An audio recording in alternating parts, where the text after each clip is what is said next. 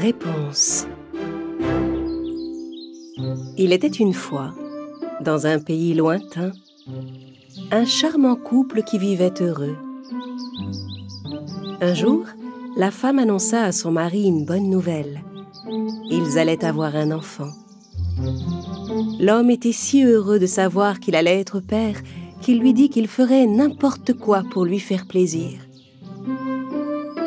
Sa femme lui dit un jour qu'elle avait une folle envie de manger une bonne salade croquante. « Si je n'arrive pas à manger une de ces délicieuses réponses qui poussent dans le jardin de notre voisine, je crois que j'en mourrais. » Pour satisfaire l'envie de son épouse, le brave homme se rendit dans le jardin de sa voisine.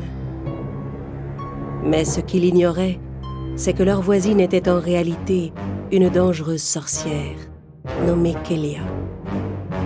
Personne ne le savait, mais la sorcière était âgée de 150 ans. Pour paraître plus jeune, Kélia ne devait toucher que des choses en or. Elle avait donc recouvert d'or tous les objets de sa maison.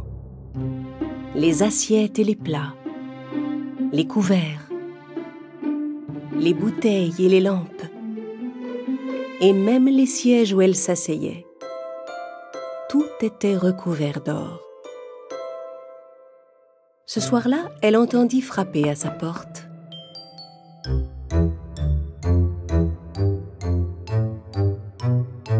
C'était son voisin qui venait lui demander une de ses réponses pour faire une salade à sa femme enceinte. Kélia lui répondit qu'il pouvait prendre tout ce qu'il voulait dans le jardin. Mais à une condition. Si votre enfant a des cheveux blonds comme l'or, je viendrai vous le prendre à sa naissance.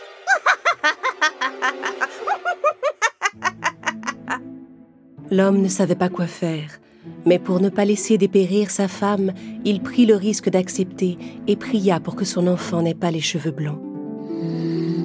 Mais quelques jours plus tard, sa femme donna naissance à une ravissante petite fille aux cheveux blonds comme de l'or. Ils nommèrent la fillette Réponse. Kélia apprit rapidement que le bébé qui venait de naître avait les cheveux blonds. Elle vint donc prendre l'enfant à ses parents et la ramena chez elle. Pendant des années, la sorcière prit grand soin de Réponse. Elle peignait ses cheveux blonds qui, chaque jour, devenaient un peu plus longs. Kélia ne voulait surtout pas lui couper les cheveux. Chaque jour, elle en prenait quelques-uns et les plongeait dans un chaudron magique pour les transformer en or. Ma magie change ces longs cheveux dorés en fil d'or, ma source de vie. Un jour, au plus profond de la forêt, Kélia utilisa sa magie pour construire une immense tour afin d'y enfermer Réponse et de garder ses cheveux en sécurité. La tour était construite sans aucun escalier. Elle ne disposait que d'une petite pièce avec une seule fenêtre. Jusqu'à ses 18 ans, Réponse grandit seule dans cette chambre, ne recevant que les visites de Kélia.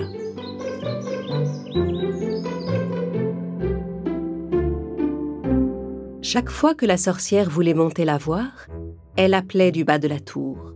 « Réponse! Réponse! Réponse, descends-moi tes cheveux dorés !» Réponse laissait alors descendre ses longs cheveux dorés par la fenêtre. Et Kélia s'y accrochait comme à une corde pour grimper jusqu'en haut de la tour. « Mère, pourquoi cette tour n'a pas d'escalier ? Pourquoi je ne peux pas descendre jouer avec les fleurs et les animaux ? » Ma belle enfant aux cheveux dorés, c'est pour ton bien que je te garde ici. C'est le seul moyen de te protéger des terribles dangers du monde. Il y a beaucoup d'animaux très dangereux, tu sais, et toutes sortes de créatures féroces. S'il t'arrivait malheur, je ne survivrais pas. Un jour, le jeune et beau prince Robert, qui était né le même jour que Réponse, décida d'aller faire une promenade à cheval dans la forêt.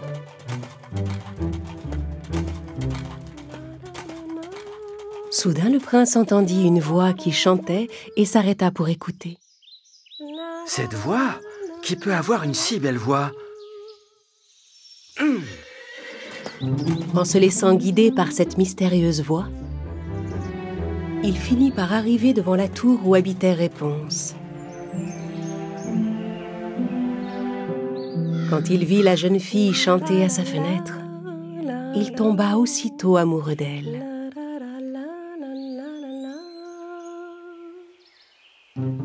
Il examina la tour pour trouver l'entrée, mais ne vit aucune porte. Au même moment, Kélia arriva au pied de la tour. Le prince se cacha rapidement dans les buissons parce qu'il connaissait sa réputation de méchante et cruelle sorcière.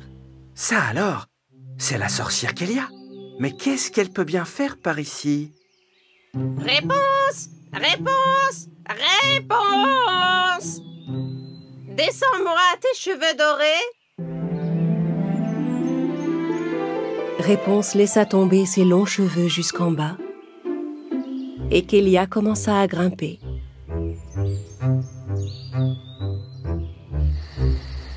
Le lendemain, le prince revint tenter sa chance.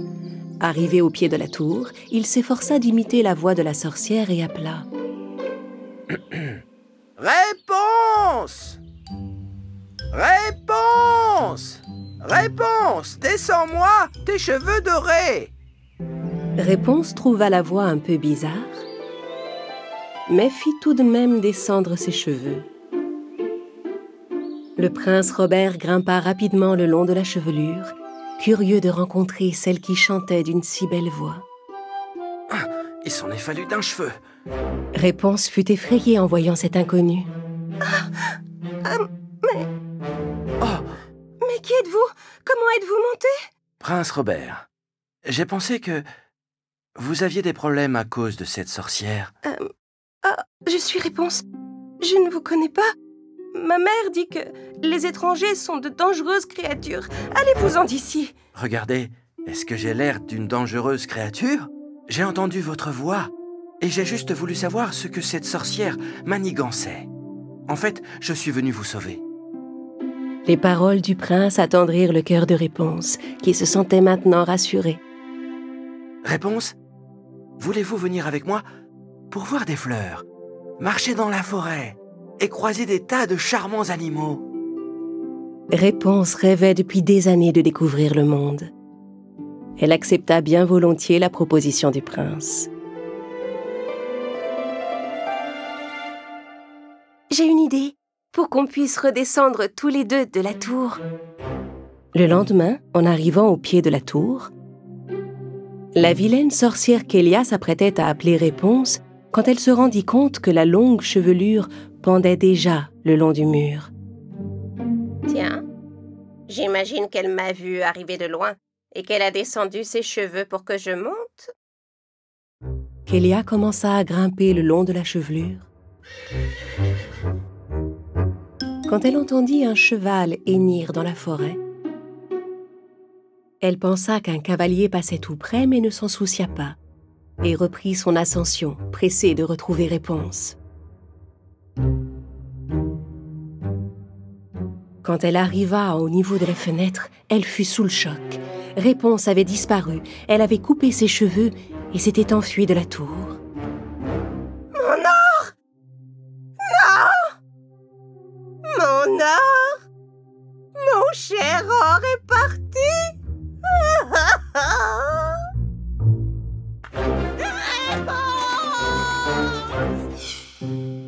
Réponse avait coupé sa longue tresse et l'avait attachée à un crochet planté dans le mur.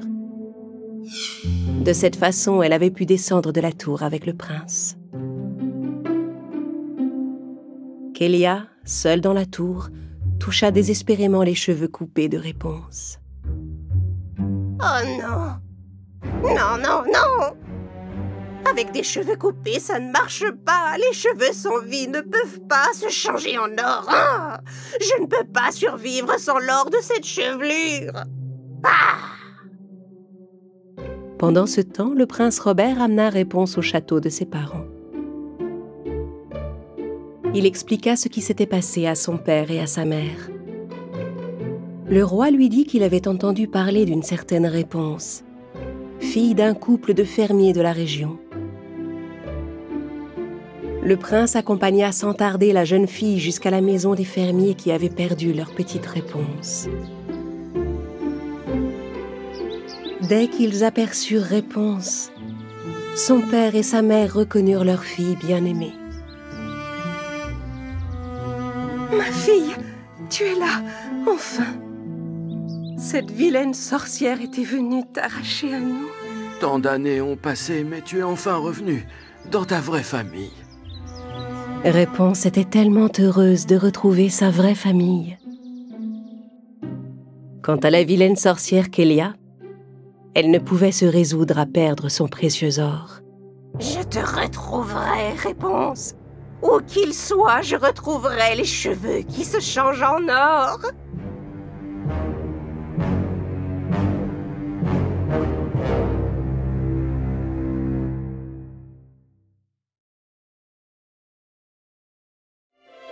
Réponse, l'ami des longs cheveux. Il était une fois, dans un pays lointain baigné de soleil, une charmante princesse nommée Réponse.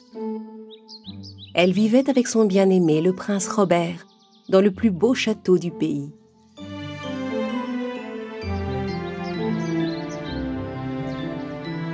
Un jour, tandis que Réponse se balançait à la branche d'un arbre dans le parc du château, elle entendit une voix inconnue lui parler. Hey, ralentis un peu, je vais tomber. Hein? Qui a dit ça? Doucement, s'il te plaît. Je n'arrive plus à tenir, je vais glisser. Est-ce que je rêve? Qu'est-ce que c'est que cette voix dans ma tête? C'est moi! Moi! Oh. La voix que Réponse entendait était celle de sa pince à cheveux.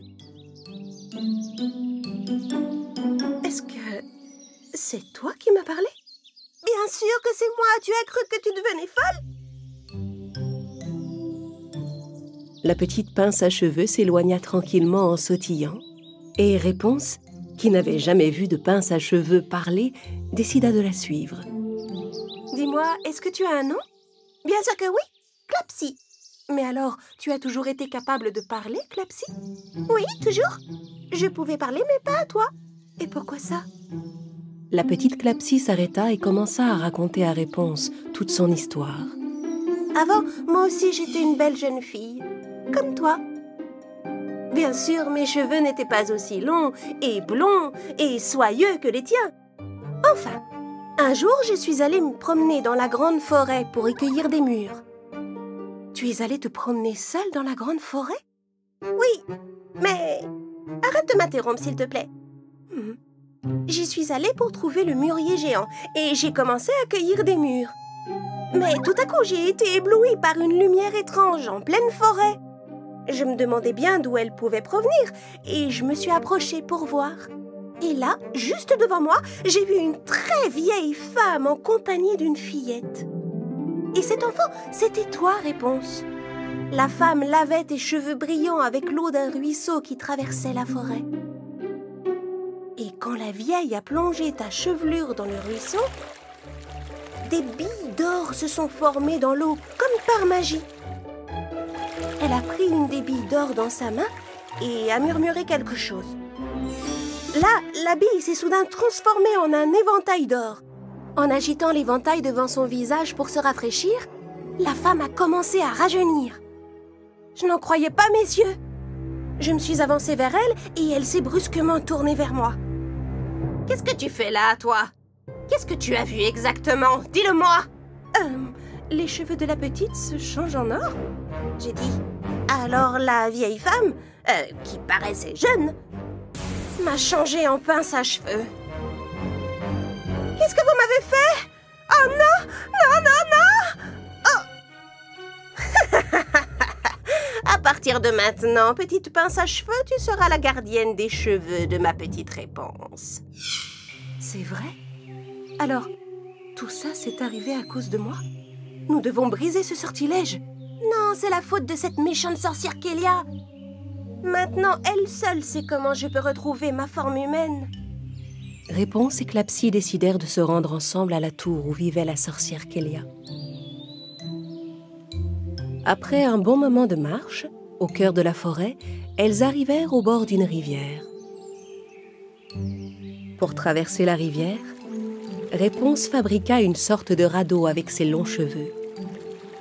Elles s'installèrent sur le radeau et traversèrent le cours d'eau sans encombre.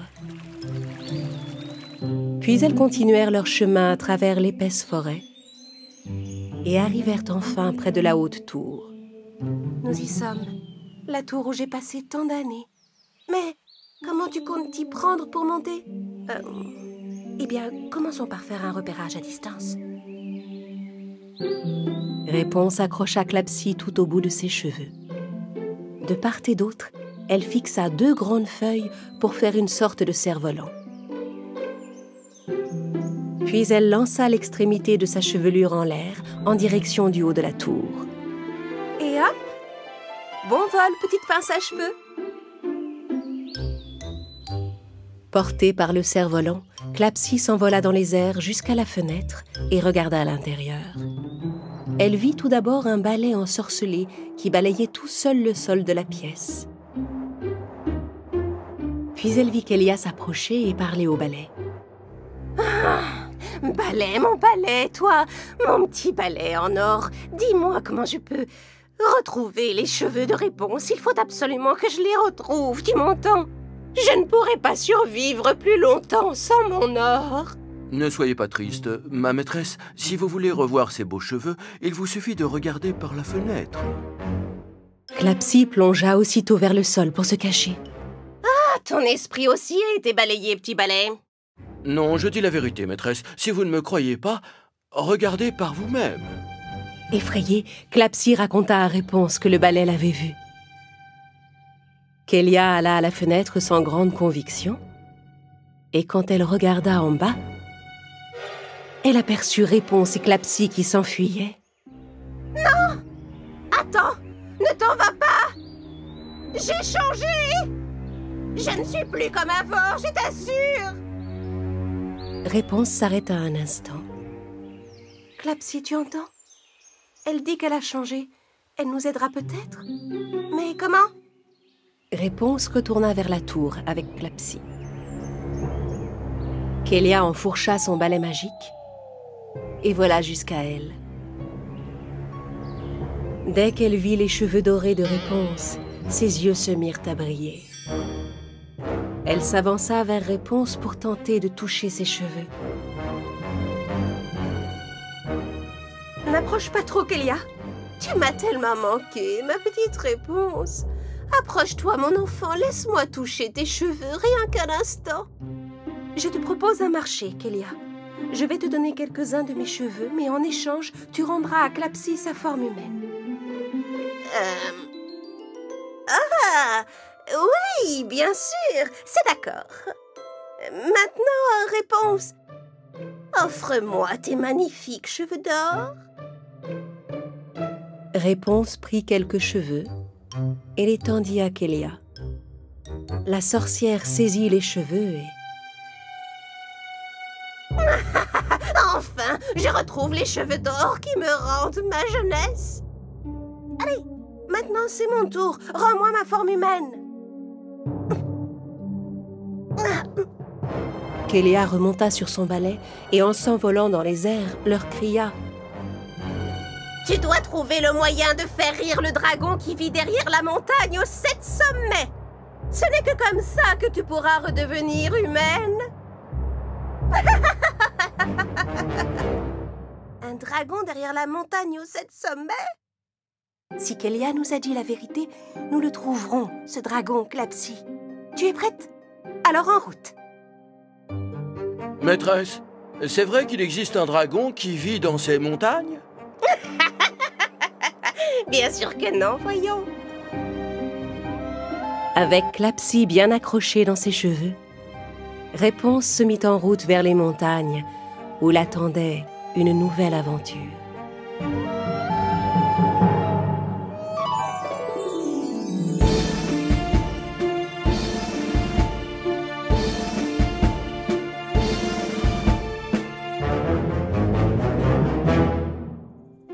Réponse, le bébé dragon. Il était une fois, dans la 3e grotte de la montagne aux 7 sommets, un étrange œuf protégé par des petits écureuils. Cet œuf était un œuf de dragon tout prêt à éclore. Non loin de la montagne, dans la campagne remplie de fleurs parfumées, de grands arbres et de collines verdoyantes, la belle princesse Réponse poursuivait son chemin. Elle était à la recherche du dragon dont la sorcière Kélia lui avait parlé. Accompagnée de sa petite pince à cheveux Clapsy, elle traversait la forêt enchantée. Kélia avait assuré que si Clapsy parvenait à faire rire le dragon, elle redeviendrait l'humaine qu'elle était autrefois. Réponse, je suis épuisée. Je peux me reposer un moment dans tes cheveux? Réponse prit Clapsy et l'accrocha dans ses cheveux. Puis elle se remit en route. Mais tandis qu'elle avançait, un hibou la suivait en secret à travers la forêt. C'est pas bien difficile de passer inaperçu dans une forêt pour un hibou. Au bout de quelque temps, elle aperçut une ruche sauvage accrochée à un arbre. Quelques abeilles volaient encore autour, mais l'intérieur de la ruche semblait vide. Tu penses que la reine des abeilles a abandonné cette ruche, Clapsy? Non, je ne crois pas. Regarde qui est là. Réponse fut soudain effrayée par ce qu'elle vit. Juste devant elle se tenait une reine des abeilles immense, 3 fois plus grosse qu'elle. Ma chère reine, nous cherchons à nous rendre dans la montagne aux 7 sommets.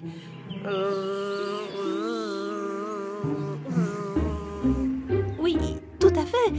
Est-ce que nous sommes sur le bon chemin? Ou c'est peut-être de l'autre côté?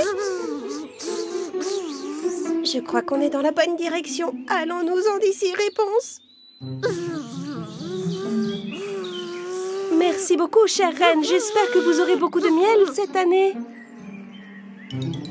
Réponse et Clapsy s'éloignèrent rapidement de l'immense reine des abeilles. Elles arrivèrent sur un chemin au bord duquel poussaient des fleurs gueules de loup géantes. Réponse, ces fleurs géantes sont des gueules de loup, non? Oui, on dirait bien. Des énormes gueules de loup avec des grandes bouches. Clapsy, chut, pas de bruit. Si nous restons calmes, nous ne risquons rien. Les fleurs gueules de loup semblaient être endormies. Réponse et Clapsy s'efforcèrent de passer devant elle en faisant le moins de bruit possible. Mais à un moment...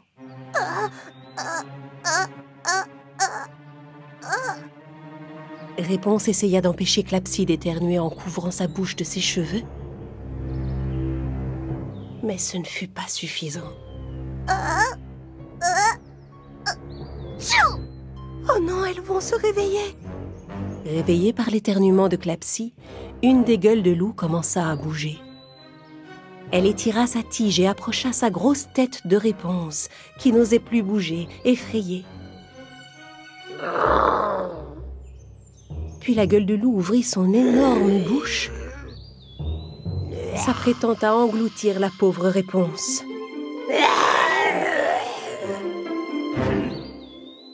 Mais la princesse enroula ses cheveux autour d'une lourde pierre, la souleva et la lança dans la bouche de la gueule de loup. Tandis que la fleur géante se démenait pour avaler la pierre, Réponse en profita pour s'enfuir en courant. Alertées par le bruit, toutes les autres gueules de loup se réveillèrent sur son passage. Enfin, Clapsy et Réponse réussirent à s'éloigner des terrifiantes gueules de loup. Épuisée, Réponse leva les yeux et vit se dresser devant elle les fameuses montagnes qu'elle cherchait. En regardant la plus haute d'entre elles, elle vit qu'elle était percée d'exactement 7 grottes. Je crois qu'on vient de trouver la montagne dont Kélia nous a parlé. Le dragon ne doit pas être loin. Réponse remarqua une corniche sur le flanc de la montagne. Elle lança en l'air sa longue chevelure et l'enroula solidement autour de la grosse pierre. Puis Clapsy et Réponse se servirent des cheveux comme d'une corde pour gravir la montagne.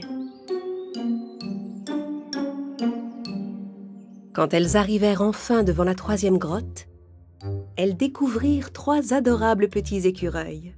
Comme ils sont mignons! Bonjour, chers petits écureuils. Je m'appelle Réponse. Vous n'auriez pas vu un dragon par hasard? Réponse, tu ne peux pas leur demander ça comme ça. Tu risques de les effrayer. Très bien, essayons autrement. Bonjour les écureuils. Auriez-vous vu un adorable petit dragonnet près d'ici? Les écureuils agitèrent tous la tête pour dire oui. Puis ils rentrèrent dans la grotte en sautillant. Waouh, je pensais pas que ça marcherait. Clapsy sauta à terre pour s'approcher de l'entrée. Mais elle trébucha sur une petite pierre et se mit à rouler jusque dans la grotte. Elle finit par buter contre une sorte de poteau vert qui n'était autre que la patte d'un bébé dragon. Bonjour. Effrayée et ne sachant pas comment réagir, Clapsy sauta et s'accrocha maladroitement sur la queue du dragon, qui se mit à pousser un rugissement.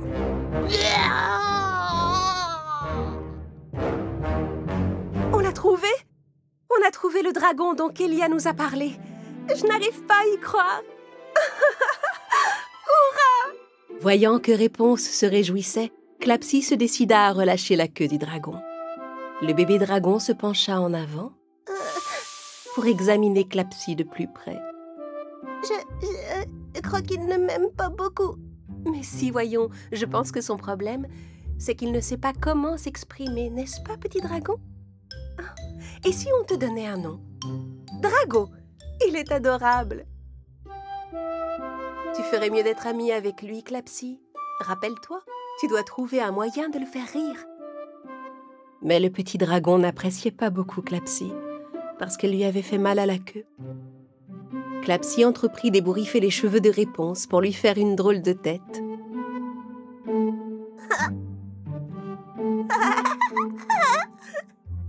Mais ça n'avait pas l'air de faire rire Drago. Alors Clapsy essaya de découper une feuille d'arbre en forme de dragon. Tada! Mais malgré ses efforts, sa feuille ressemblait plus à un chameau qu'à un dragon. Et Drago n'esquissa même pas l'ombre d'un sourire.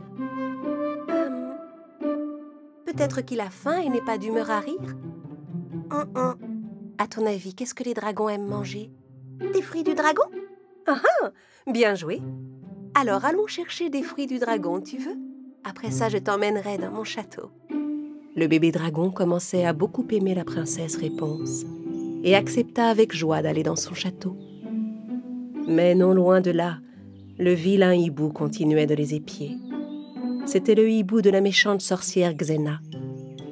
Et il espionnait la princesse pour le compte des 4 plus puissantes sorcières qui soient.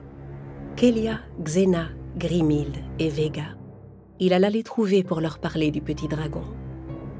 Ce dragon dont vous disiez qu'il n'existait pas. Elles l'ont trouvé. Mais enfin, c'est impossible, c'est un mensonge que j'ai inventé. Comment peut-il exister? Alors maintenant, Réponse à un dragon avec elle. Oui, c'est incroyable. Très bien, nous devons toutes les 4 établir un plan pour vaincre une fois pour toutes ces princesses.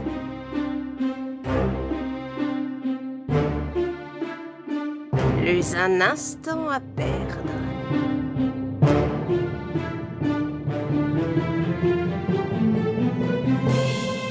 Réponse, la réunion des princesses.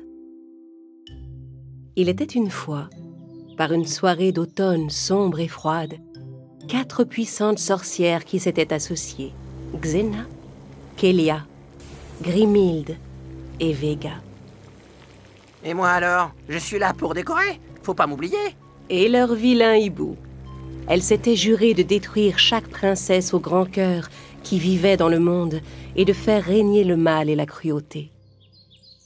Par une belle journée, Réponse peignait des pastèques dans le jardin de son château. Ces pastèques ont vraiment l'air délicieuses, tu ne trouves pas, Clapsy? Je suis certaine qu'on n'en trouve pas de meilleures. Intriguée, Clapsy sauta dans l'herbe pour aller goûter un morceau de pastèque. Quand soudain, le bébé dragon Drago apparut devant elle. Il effraya la petite pince de son regard perçant et la pauvre Clapsy, essayant de se cacher, tomba directement à l'intérieur d'une pastèque. Clapsy! Sa maladresse fit rire Réponse, mais Drago n'esquissait toujours pas le moindre sourire. Oh, regarde cette grosse pastèque! Comme elle bouge! Mais qu'est-ce qui se passe là-dedans? Une des pastèques que Réponse peignait se mit à grossir de plus en plus, jusqu'à atteindre la taille d'une maison. Réponse, Drago et Clapsy n'en croyaient pas leurs yeux. Vous avez vu ça? Allons voir à l'intérieur. En entrant dans la pastèque géante, Réponse et Clapsy découvrirent une petite pièce dont les parois étaient décorées de pépins de pastèque. Et au milieu de la pièce, trônait un gros livre étincelant. Le livre des princesses? Alors il y a d'autres princesses que toi, Réponse? C'est possible. Regardons ce qui est écrit à l'intérieur. Que la princesse qui trouvera ce livre le lise attentivement. Elle y apprendra où vivent les autres princesses, car vous aurez besoin les unes des autres. Oh, il y a donc d'autres princesses. Quand ces 4 princesses uniront leurs forces, elles découvriront la vraie puissance de leur pouvoir. Très bientôt, une guerre va éclater entre les princesses et les sorcières et il faudra vous défendre. Quand vous aurez fini de lire ce livre, le temps sera compté, vous devrez au plus vite rassembler vos alliés. Trouvez d'abord Cendrillon et ensuite les autres. Et n'oubliez pas, c'est l'union des cœurs qui fait la force. Réponse raconta à Drago ce qu'elle avait lu dans le livre et lui demanda d'aller trouver Cendrillon. Le petit dragon accepta sa mission et s'envola aussitôt.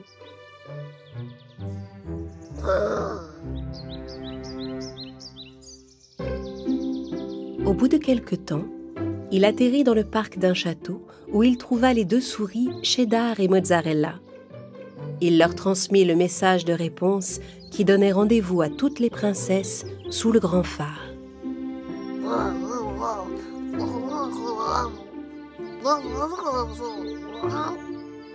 Cheddar et Mozzarella se dépêchèrent d'aller répéter le message à Cendrillon, qui partit aussitôt à la recherche des autres princesses. En traversant la forêt enchantée, elle croisa Frimousse qui cueillait des mûres. « Bonjour Frimousse, s'il te plaît, va dire à Blanche-Neige que nous devons nous retrouver sous le grand phare. » Frimousse alla trouver Blanche-Neige pour lui transmettre le message. Blanche-Neige se mit aussitôt en route. Elle aperçut au-dessus d'elle Ringo le goéland qui volait dans le ciel. « Ringo? Oh, Ringo! Il faut que tu ailles prévenir la petite sirène Ariel. Toutes les princesses doivent se retrouver sous le grand phare au bord de l'eau. » Ringo le goéland vola aussi vite qu'il put vers le palais au bord de la mer pour transmettre le message à la petite sirène. Mais la princesse n'était pas dans son palais. Alors l'oiseau alla se poser sur le ponton et se mit à siffler. Dolphy, entendant l'appel de Ringo, apparut à la surface de l'eau. Ringo demanda au dauphin de nager jusqu'à la petite sirène et de lui donner le message de Blanche-Neige. Dolphy replongea dans l'eau et nagea jusqu'au royaume bleu des mers où se trouvait Ariel. Dès qu'elle entendit ce qu'il se passait, la sirène remonta vers la surface pour se rendre au pied du grand phare. Retrouvant ses jambes humaines, elle sauta sur la plage où l'attendaient déjà les 3 autres princesses.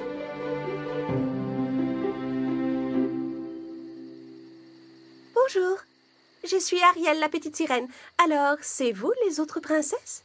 Ariel, bonjour, sois la bienvenue. Je suis Réponse. Et moi, je suis Blanche-Neige. Moi, je m'appelle Cendrillon. Et voilà, nous sommes enfin réunis. Elles s'installèrent autour d'un feu et se racontèrent à tour de rôle leur histoire jusqu'au matin. Au lever du jour, quand le soleil éclaira à nouveau la mer, les princesses se rendirent au cœur de la forêt pour y découvrir ensemble leurs super pouvoirs. Le moment est venu de montrer notre puissance aux sorcières qui veulent faire régner le mal sur le monde. Bien dit, préparons-nous à les affronter. Cendrillon expliqua aux autres princesses qu'elle savait parler aux animaux.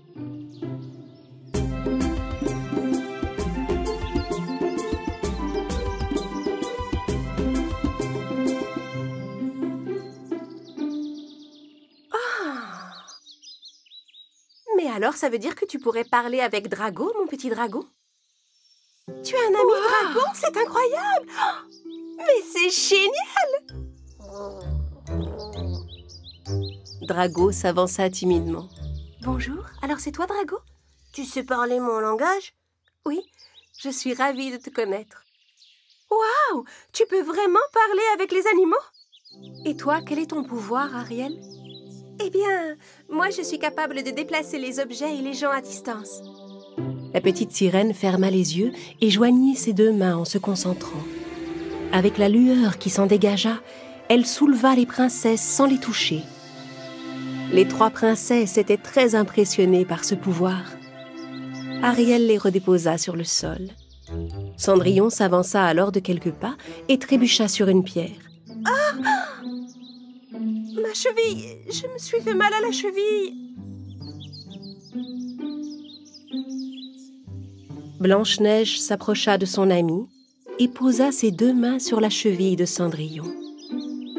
Et grâce à la chaleur de ses mains... C'est incroyable, Blanche-Neige! Oh, ma cheville est guérie, je ne sens plus rien. Ça, c'est mon super pouvoir.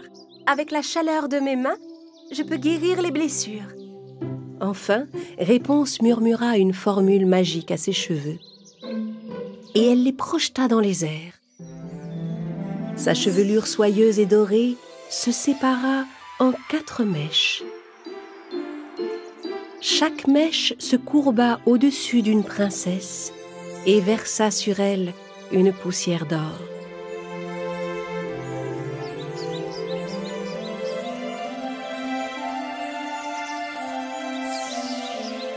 Puis les mèches se rassemblèrent et construisirent un pont que les princesses pouvaient traverser.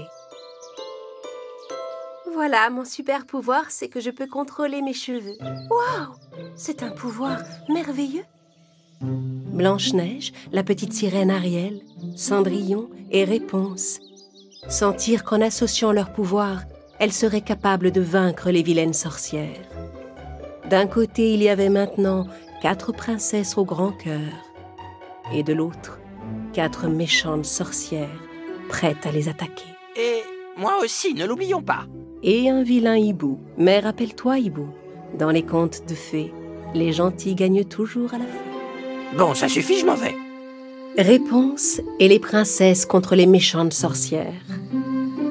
Il était une fois, dans un pays lointain, sous des lanternes à souhait qui s'élevaient dans le ciel de la nuit, Réponse, Cendrillon, Ariel et Blanche-Neige, qui s'étaient rassemblés au pied du grand phare. Chaque princesse fit le vœu de rendre le monde meilleur. Quand le soleil se leva, Clapsy, la petite pince à cheveux de Réponse, se réveilla avant les princesses. Elle alla se promener dans la forêt enchantée pour cueillir des cerises. Les fruits étaient si rouges et si appétissants qu'elle ne put résister et commença à en manger.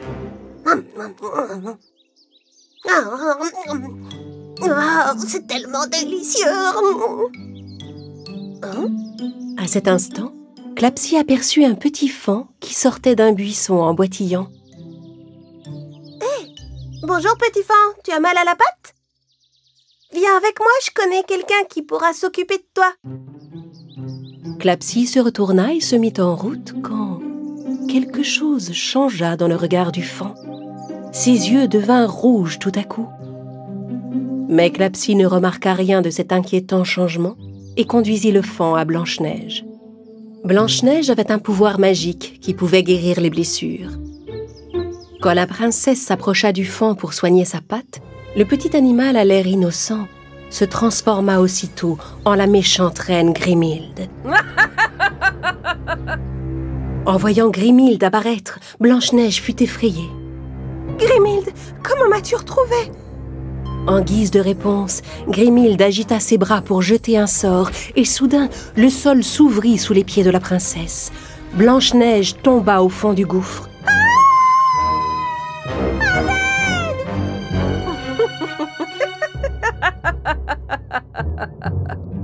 Tu vas croupir dans ce sous-sol jusqu'à ce que tu deviennes laide, Blanche-Neige. Personne dans ce monde ne doit être aussi belle que moi. Blanche-Neige tomba à travers un tunnel et atterrit tout droit entre les barreaux d'une cage. Au-dessus d'elle, dans la forêt, les autres princesses avaient remarqué l'absence de Blanche-Neige et commençaient à s'inquiéter. Blanche-Neige! Où es-tu? Cendrillon se dirigea vers la clairière où Blanche-Neige avait disparu. En marchant à l'endroit exact de la faille dans le sol,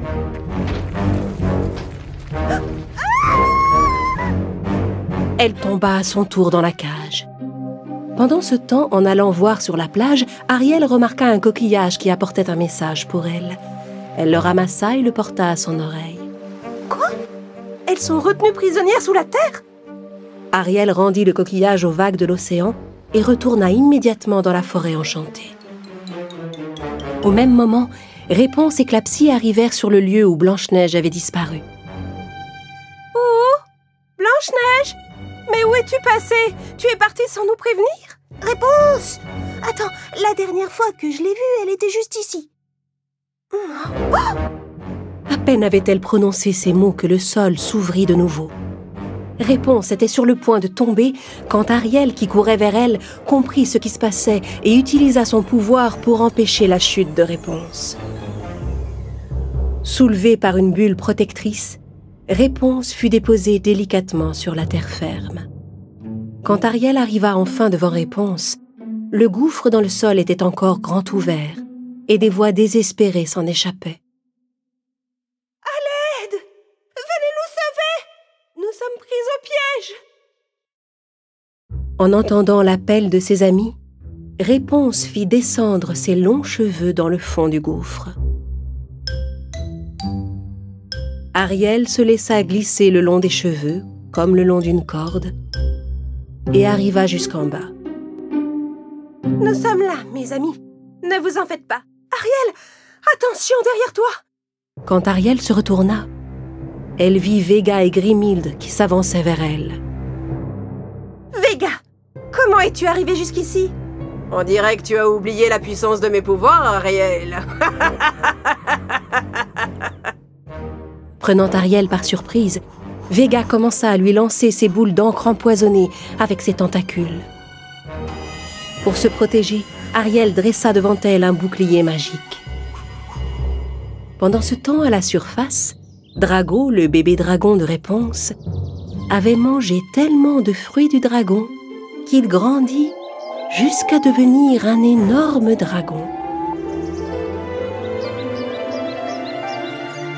En le voyant, Réponse comprit que son petit Drago était devenu un allié très puissant. Drago, on a besoin de ton aide. De ses lourdes pattes, Drago frappa le sol avec tellement de force. Que se passe-t-il? Le sol va s'écrouler sur nous. Ah! Oh, nous allons rester coincés ici. Profitant de ce moment de répit, Ariel utilisa toute sa force pour écarter les barreaux de la cage et faire sortir Blanche-Neige et Cendrillon de ce sinistre tunnel. Mais même sorties de ce piège, les princesses n'étaient pas encore hors de danger. Elles se trouvaient en plein cœur de la forêt, et les sorcières Xena et Kélia se tenaient en face d'elle.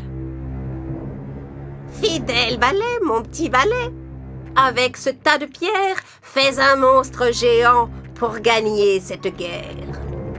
Le balai magique se mit à balayer les pierres pour les rassembler devant Kélia.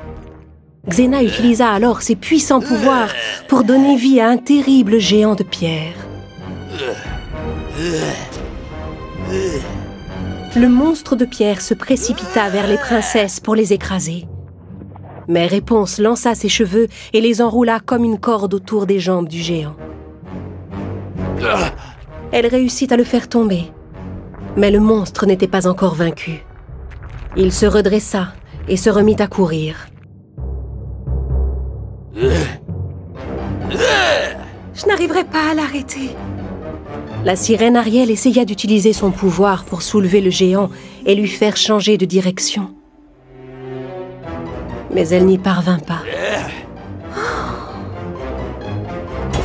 Oh non, il est beaucoup trop lourd. Alors Cendrillon décida d'utiliser son pouvoir pour appeler à l'aide tous les animaux de la forêt. Venez m'aider, animaux de la forêt.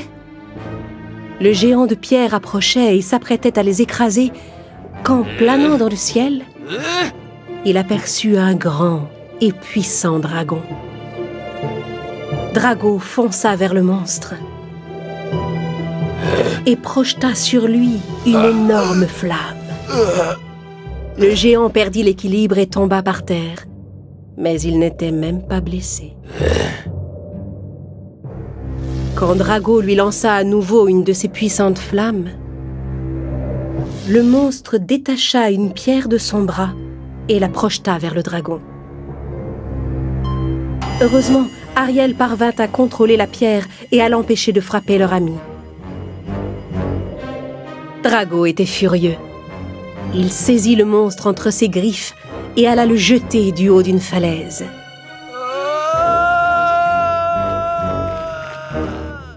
Cette fois, le géant ne résista pas et redevint enfin un tas de pierres éparpillées.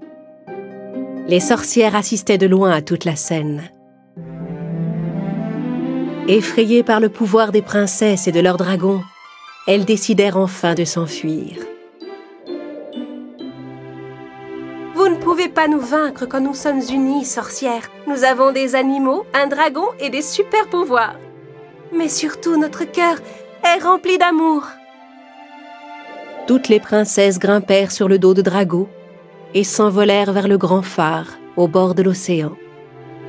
Une fois de plus, les gentilles princesses avaient vaincu les méchantes sorcières. Mais surtout, le bien avait triomphé du mal. Les couleurs disparues.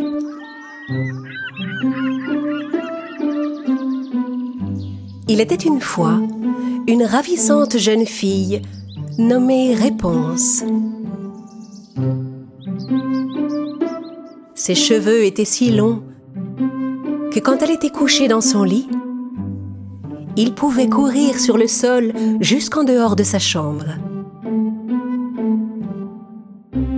Chaque matin, en se levant, elle allait devant le miroir de sa coiffeuse et parlait à sa chère amie Clapsy, une pince à cheveux enchantée.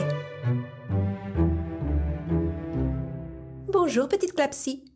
Tu as passé une bonne nuit?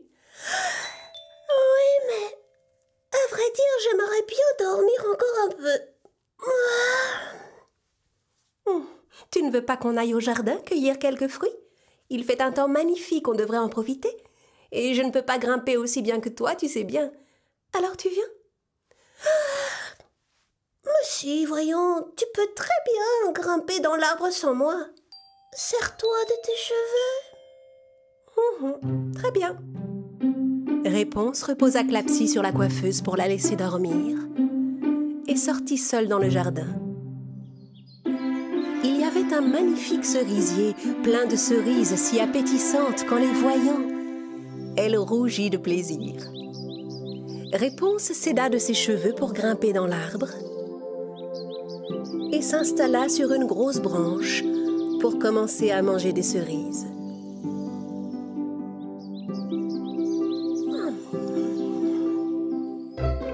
Drago, son cher ami dragon, apparut à l'horizon, volant dans le ciel. Drago! Hé! Je suis là! Drago! Ouh!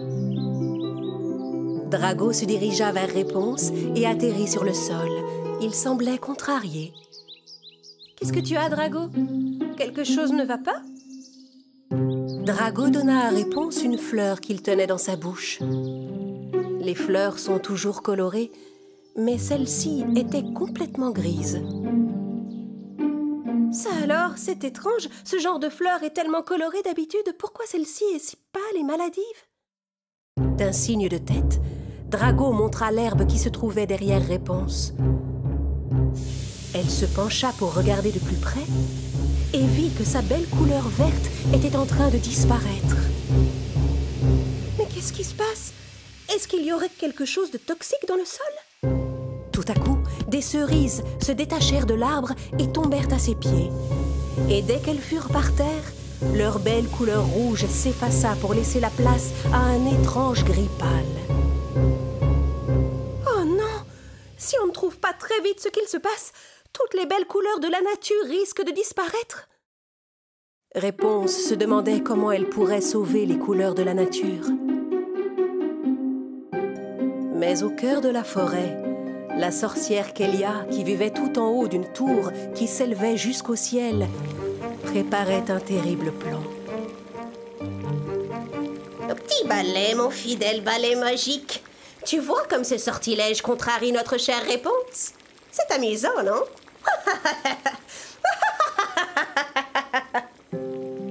Même le balai magique de la sorcière avait peur de Kélia. Madame, vous avez créé un sortilège très puissant, mais s'il allait jusqu'à effacer toutes les couleurs ici et que vous perdiez le bel éclat de vos cheveux... Ne t'inquiète pas, petit balai, rien ne nous arrivera à nous.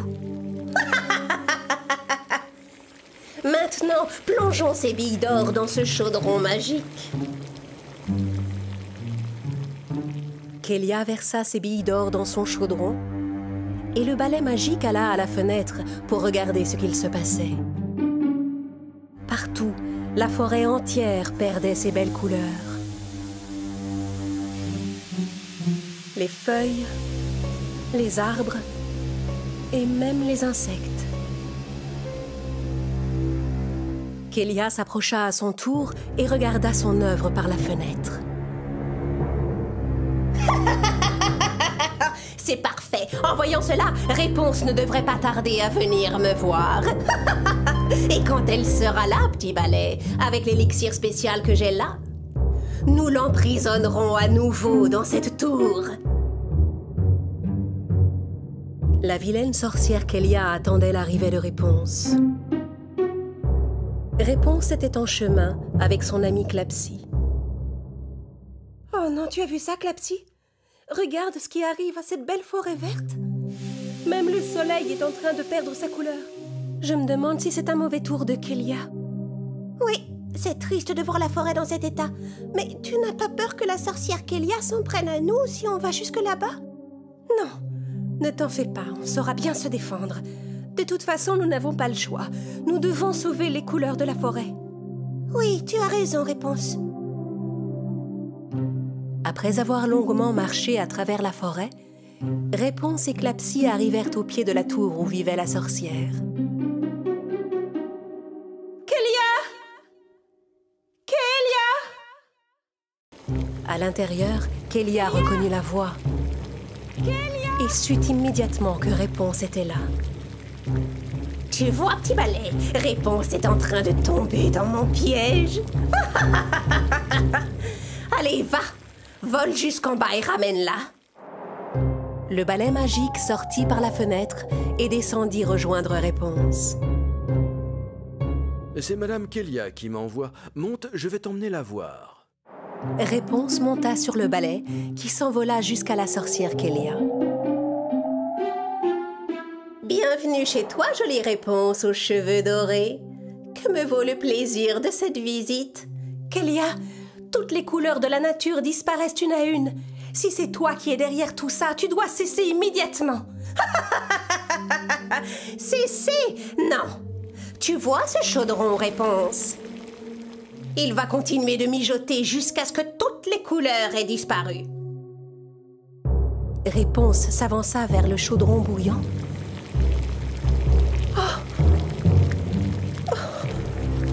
Oh non, non, non!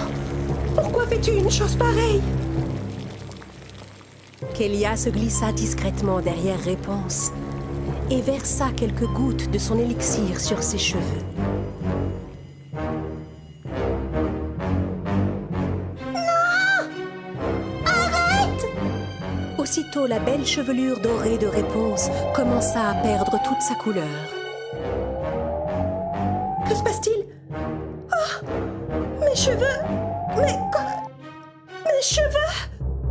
La potion magique fit son œuvre et les cheveux de Kélia se mirent à pousser et à prendre une couleur dorée. À partir de maintenant, tes beaux cheveux dorés sont à moi pour toujours, Réponse. Oh non! Non! Non, non, non! Non! Et soudain, Réponse se réveilla. Ce matin-là, elle ne s'était jamais levée. Non, mes cheveux! Réponse, mais qu'est-ce que tu as? Bonjour, c'est l'heure de se lever. Tout ça n'avait été qu'un terrible cauchemar. Se lever? Oh! Réponse se leva de son lit et regarda par la fenêtre. Le monde avait ses belles couleurs. La forêt était bien verte et le soleil brillait dans le ciel. C'est affreux, j'ai fait un horrible cauchemar, Clapsy. Toutes les couleurs de la nature disparaissaient l'une après l'autre.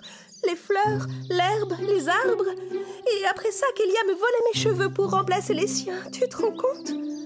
Heureusement, rien de tout ça n'était vrai. C'était juste un mauvais rêve, voilà tout. Ouf. Pour se changer les idées, Réponse sortit dans le jardin pour contempler la nature. Elle prit son pinceau et sa palette de couleurs et commença à peindre la belle forêt qu'elle aimait tant. Bien sûr, elle était loin de se douter que le plan de Kélia fonctionnait parfaitement. Oh, bien. Donc, je peux contrôler tes rêves, Réponse. C'est parfait. Bientôt, tes beaux cheveux d'or seront à moi.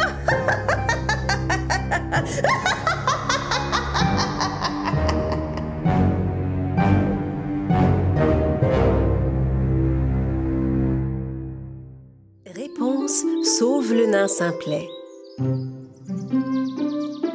Il était une fois, dans un pays lointain, une belle jeune fille aux longs cheveux dorés, qu'on appelait Réponse. Un jour, la charmante jeune fille alla faire une promenade en forêt avec sa meilleure amie, Clapsy.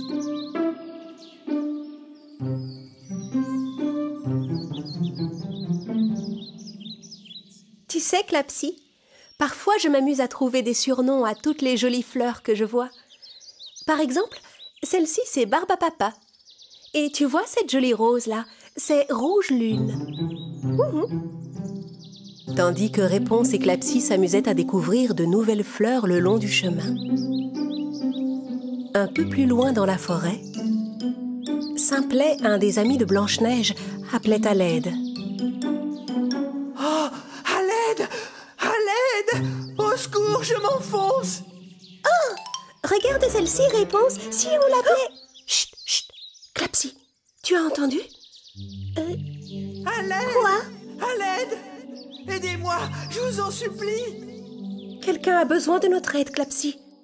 Réponse mit Clapsy dans ses cheveux et se mit à courir. Le pauvre nain Simplet était tombé dans un sable mouvant et n'arrivait plus à en sortir. En l'entendant crier, Réponse accourut à son secours. Oh!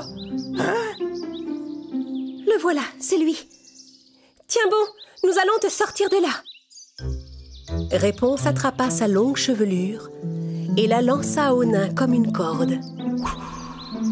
Vas-y, attrape-les avec ta main libre. Allez, vite! Accroche-toi bien. D'accord, c'est bon, je tiens. Tu peux tirer.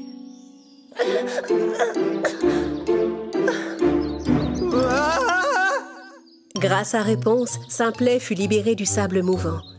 Mais cette fois, c'est dans un arbre qu'il se retrouva coincé. Zut, me voilà coincé là-haut, c'est pas de chance. Tu es un peu Simplet, j'ai l'impression. Quoi? Mais... Tu connais mon nom? Non, ce n'est pas ça. Je dis juste que tu es un peu maladroit. Tiens, attrape.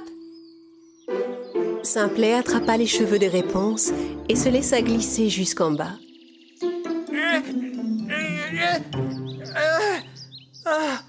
Eh ben, merci beaucoup. Tu m'as sauvé la vie 2 fois de suite. Cette forêt est pleine de surprises. Tu devrais peut-être être plus prudent. Simplet fut stupéfait d'entendre la pince à cheveux s'adresser à lui. Mes aïeux, est-ce que c'est une pince à cheveux qui parle? Elle s'appelle Clapsy. Elle a été changée en pince à cheveux par le sortilège d'une méchante sorcière. C'est une triste histoire. Moi, je m'appelle Réponse. Et toi, qui es-tu? Je suis Simplet, un des 7 nains. Je suis un des meilleurs amis de Blanche-Neige. Oui, j'aurais dû m'en douter. Enchantée, Simplet. Pourquoi? Est-ce que tu connais Blanche-Neige? Oui, bien sûr, je la connais très bien. Aujourd'hui, c'est son anniversaire. Une belle fête est organisée au château. Voulez-vous vous joindre à nous? Oh, c'est une excellente idée. Qu'est-ce que tu en dis, Clapsy? S'il y a un gâteau d'anniversaire en plus, je ne peux pas dire non. Allons-y avant qu'il soit trop tard. Bien, suivez-moi. Après avoir marché un moment en compagnie de Réponse et Clapsy, le nain Simplet s'arrêta net, l'air égaré. Oh, Réponse, on s'est trompé de chemin. Ça doit être par là. Non, plutôt par là. Ou par là? Non, là.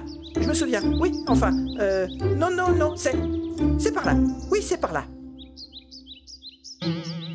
Simplet partait dans toutes les directions sans retrouver son chemin. Il semblait complètement perdu. Simplet, si on ne retrouve pas le chemin maintenant, on risque de rater toute la fête d'anniversaire. À force de marcher en tous sens sans savoir où ils allaient, Réponse et Simplet finirent par arriver sans s'en rendre compte, tout près de la grotte de la reine Grimhilde. Ma reine, bonne nouvelle. Très bonne nouvelle. Qu'est-ce qu'il y a, Dunkoff? Pourquoi viens-tu me déranger? Ma reine, venez, je vous en prie. Venez voir ça de vos propres yeux. En sortant de sa grotte, Grimhilde regarda au bas de sa falaise et vit Réponse avec le nain Simplet. C'est incroyable. Viens, Dunkoff, capturons ce nain qui vient jusqu'à nous, afin d'obliger Blanche-Neige à venir, elle aussi. D'un simple geste, Grimhilde créa une boule magique faite de gelée et la lança au bas de la falaise. Plus la boule roulait sur la pente et plus elle grossissait. Waouh, regardez ma reine, on dirait une grosse boule de gelée de myrtille. Tandis que Simplet, Réponse et Clapsy essayaient toujours de trouver leur chemin, sans qu'ils la voient arriver, la boule de gelée magique de Grimhilde atterrit tout droit sur Simplet. Mais d'où ça vient, ça? On dirait de la gelée de myrtille. Oh, qu'est-ce que c'est? Qu'est-ce qui se passe? Je ne sais pas, je n'ai rien fait. Ce n'est pas de ma faute. À l'aide! Avant que Réponse ait pu faire quoi que ce soit, la boule de gelée s'éleva dans les airs en emportant Simplet. Oh, c'est pas vrai! Oh. Quand ma boule de gelée magique qui emporte le nain sera assez proche du soleil, elle va commencer à fondre sous la chaleur. Et elle va se changer en gâteau?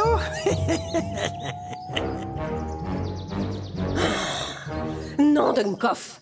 Elle va fondre, et tandis que Grimhilde expliquait son plan maléfique, Simplet continuait de s'élever dans le ciel. Réponse, de son côté, essaya de lancer ses cheveux pour rattraper le nain.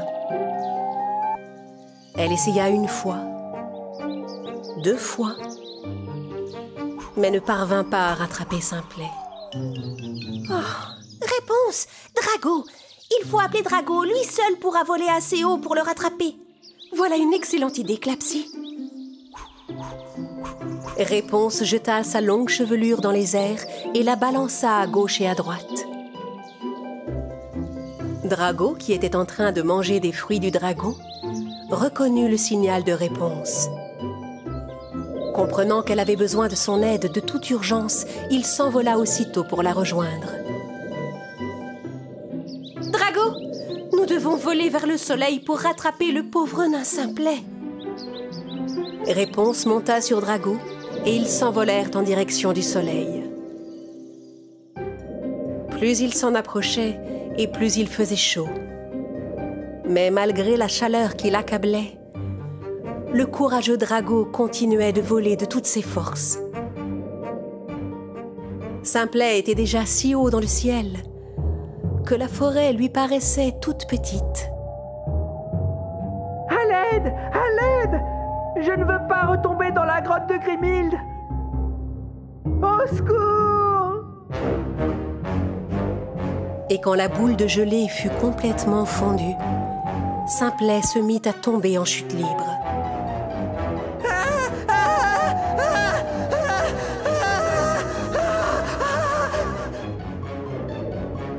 Mais Drago rattrapa Simplet au vol et l'empêcha de s'écraser sur le sol. Ouf! Il était moins une! Oui, ça fait 3 fois. c'est vrai, on t'a sauvé la vie 3 fois. Oui, et je vous remercie. Mais d'où vient cet énorme oiseau? C'est un dragon, voyons. C'est mon ami Drago. Finalement, grâce à Drago, Simplet, Réponse et Clapsy arrivèrent au château de Blanche-Neige. Regardez les amis, on est juste au-dessus du château. Arrivé en bas, Simplet se précipita vers Blanche-Neige. Ma princesse, je suis là! Simplet, où étais-tu? Nous t'avons cherché partout, nous étions inquiets. Je me suis perdu dans la forêt et ensuite j'ai été enlevé par Grimhild. Grimhild? Mais heureusement, Réponse et ses amis m'ont sauvé. Réponse, Clapsy, Drago. Et voici ma surprise pour ton anniversaire, Blanche-Neige. Blanche-Neige était ravie de revoir Réponse. Et surtout, elle la remercia de tout son cœur d'avoir sauvé la vie de son ami Simplet. Ça alors, quelle belle surprise! Je suis contente de te voir. Joyeux anniversaire, ma chère Blanche-Neige. Merci, venez, allons dans le château pour faire la fête. Les 2 jolies princesses dansèrent et s'amusèrent toute la soirée avec leurs amis. Grimhild et Dunkoff, quant à eux, attendaient toujours que la boule de gelée fonde et que Simplet retombe par terre. Eh bien, ma reine, je me demande quand votre boule de gelée va se décider à fondre. C'est étrange, elle devrait être fondue depuis longtemps. Dunkoff, va voir ce qu'il en est, ce petit imbécile est peut-être toujours dans les airs. Très bien, ma reine, à vos ordres.